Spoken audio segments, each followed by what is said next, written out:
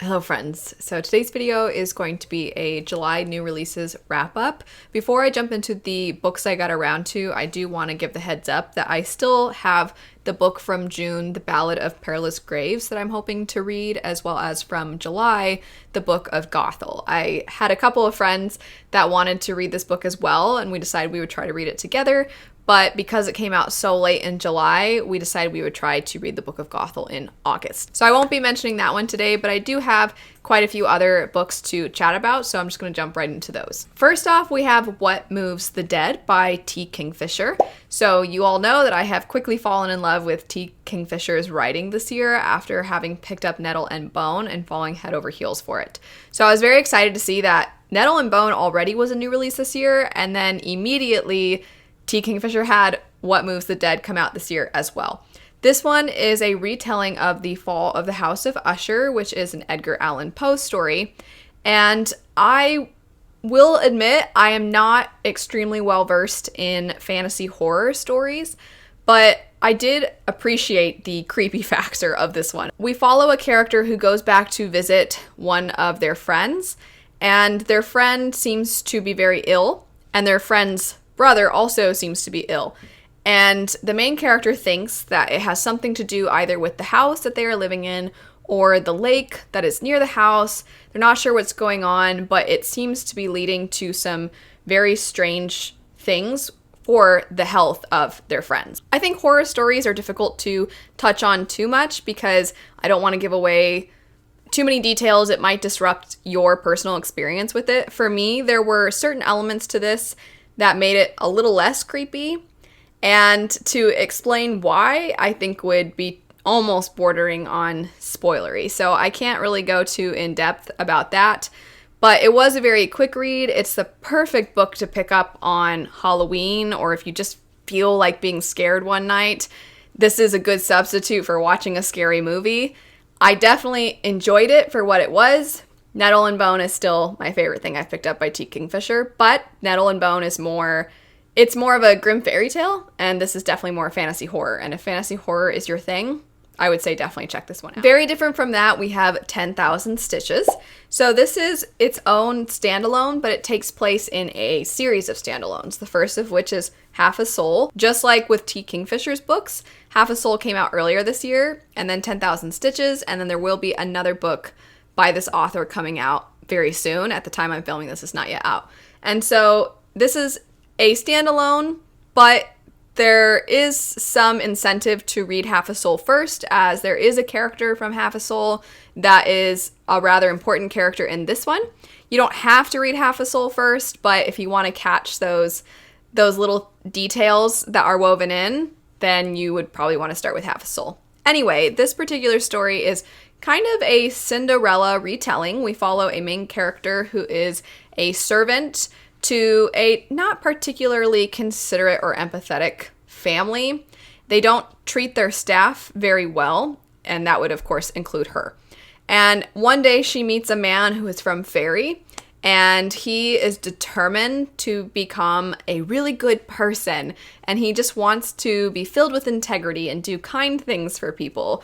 But because he's from Fairy, his perception of kindness and kind acts is a little bit different from what a human's view of that would be. And so he's basically a fairy godfather who kind of isn't very good at being a fairy godfather. He ends up making things worse a lot of the times, but he's just so delightful, and his willingness to do whatever he can to make people happy is very endearing. And our main character, she's a little bit swept away by one of the family members of the house. She's basically convinced herself she's in love with this person, and so she asks we'll call him a fairy godfather, to help her become a proper lady, because currently at the station she's at, she could never wed somebody so far above her in status. And how things play out, I did think was a little predictable, but it was still ultimately quite charming. I did like Half a Soul more than this one, but if you're in the mood for a very, very cute fantasy romance that is just completely filled with the precious factor, then I think you'll end up really liking this one. After that, we have a couple of sequels. One of them would be Master of Iron. This is the sequel to Blade of Secrets. This is by Trisha Levenseller, who I've mentioned before, has very much become the author I go to when I need a wholesome, cute, fun, pick-me-up fantasy. The Shadows Between Us by Trisha Levenseller is not cute and wholesome, but it still had the fun factor. However, I think Warrior of the Wild and then the first book in this duology, The Blade of Secrets, definitely fit into that mold of the cute, fun, fluffy adventure story.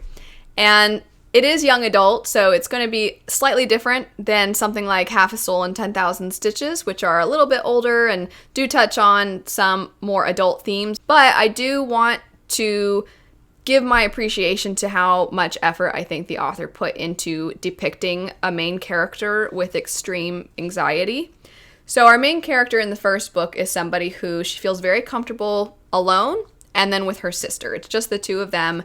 And she has this magical ability to make very special weapons. She does this for a certain individual who has hired her. However, she comes to realize that the individual is going to use her magical weapon to try and conquer people, as opposed to trying to protect people. And so our main character decides, I cannot let this weapon fall into this person's hands. So her and her sister go on the run. And as you might expect, being away from home, being away from what is familiar, and having this disruption to her schedule, to her routine, is something that our main character has a very difficult time with. And in the sequel, it's not like, oh, she's cured of her anxiety or something like that. It's not like it just immediately makes things go away as the plot progresses or anything like that. This is something that is a part of this main character. And not only did I appreciate the depiction of anxiety with this character, but I really loved how in the sequel, some of the other characters treat our main character, because it is really nice to see somebody who has something going on like this, to have other people treat them with kindness and ask them, what can I do? I really appreciated how they reacted to her, how they tried to do what they could, and how they communicated with her to ensure that they could be the best friend possible. They obviously love her, they care for her, and they want to be there for her. I thought it was delightful, and I can't wait to read more of this author's work. The next sequel is These Twisted Bonds. This is the sequel to These Hollow Vows. This story is very much in the same lane as things like A Court of Thorns and Roses. You have a main character who hates the Fae, and she does everything she can to provide for her sibling. And then something occurs, and now she has to go to the Fae lands, and she has to deal with the Fae. And there is a love triangle throughout the story. All the Fae are really good-looking, beautiful people. The first one was definitely very entertaining. It has a lot of the tropes we've seen before, but sometimes there is, I think, something to a story feeling familiar that makes it very cozy and gives you this almost nostalgic feel.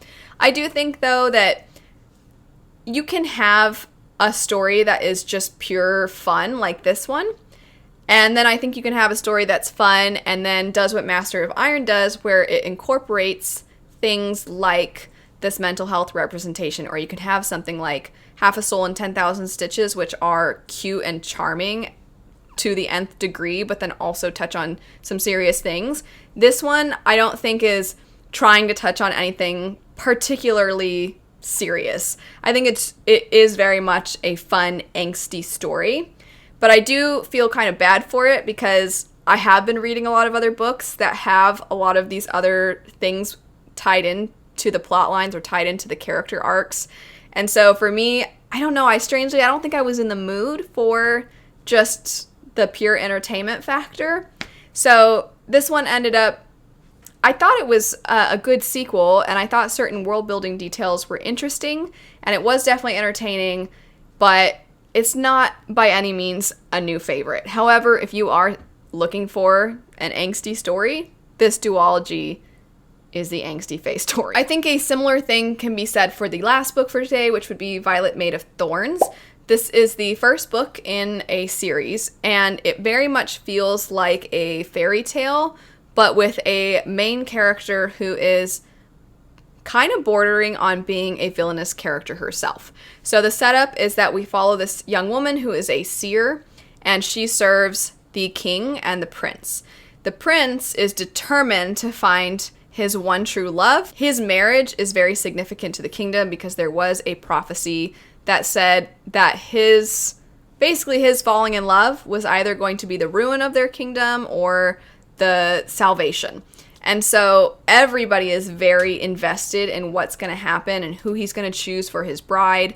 He constantly butts heads with our main character. They can't stand each other, but there seems to be some tension between them and everything. So as the story progresses, I do think that there's a lot of twists and turns. You're not really sure if you don't really know what's going to happen, if true love is going to win after all, or if our main character is going to become a villain, if she's going to betray everybody, if they're going to betray her. You don't really know.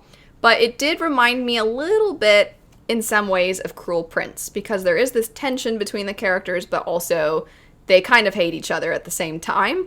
So I do think if you like the Cruel Prince series, I'm not saying it's exactly the same, but I think there are some parallels that I can see that if you like one, you might like this one as well. That's it for some of July's new fantasy releases. If you have picked up any of those, I would be very curious to know what your thoughts were.